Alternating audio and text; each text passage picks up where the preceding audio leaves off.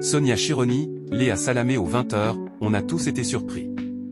Sonia Chironi est sur tous les fronts pour informer les Français.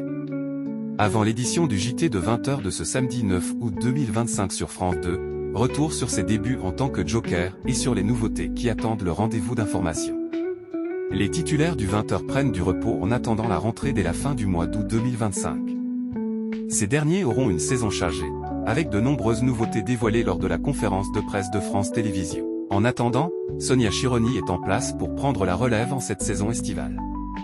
Cette dernière s'est confiée sur ce rôle de Joker et ses débuts en tant que présentatrice du 20h de France 2.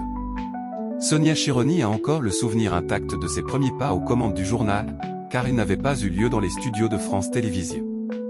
C'était tellement énorme. J'ai présenté le journal sur la place de l'Étoile à Paris, pendant les Jeux paralympiques. Apporter ma pierre au dispositif des Jeux au pied de l'Arc de Triomphe a été un cadeau et un bonheur, a-t-elle confié dans les colonnes de Télé Loisirs. Cette dernière est devenue Joker sur les rendez-vous d'information de l'été depuis 2024.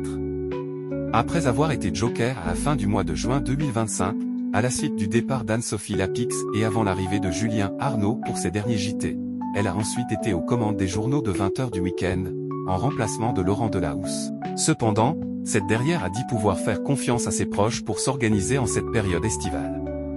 J'ai la chance d'être extrêmement bien entouré. Cela fait plusieurs années que je mobilise ma famille, dont les papas de mes deux garçons de 6 et 12 ans, qui sont exceptionnels. Ils savent que mon métier me rend heureuse et sont disponibles pour m'accompagner. C'est grâce à eux que je peux le faire. Sonia Chironi heureuse de l'arrivée de Léa Salamé. Dans le même temps, elle est revenue sur la récente nomination de Léa Salamé aux commandes du 20h. L'ancienne matinalière de France Inter fera ses premiers pas dans cette arène le 1er septembre prochain. La journaliste a donc dévoilé son ressenti. On a tous été surpris. Je trouve que c'est un choix, à la Léa, c'est-à-dire intelligent, culotté et courageux, a-t-elle confié. De plus, elle connaît déjà Léa Salamé et est ravie de pouvoir retravailler avec elle dans les prochaines semaines.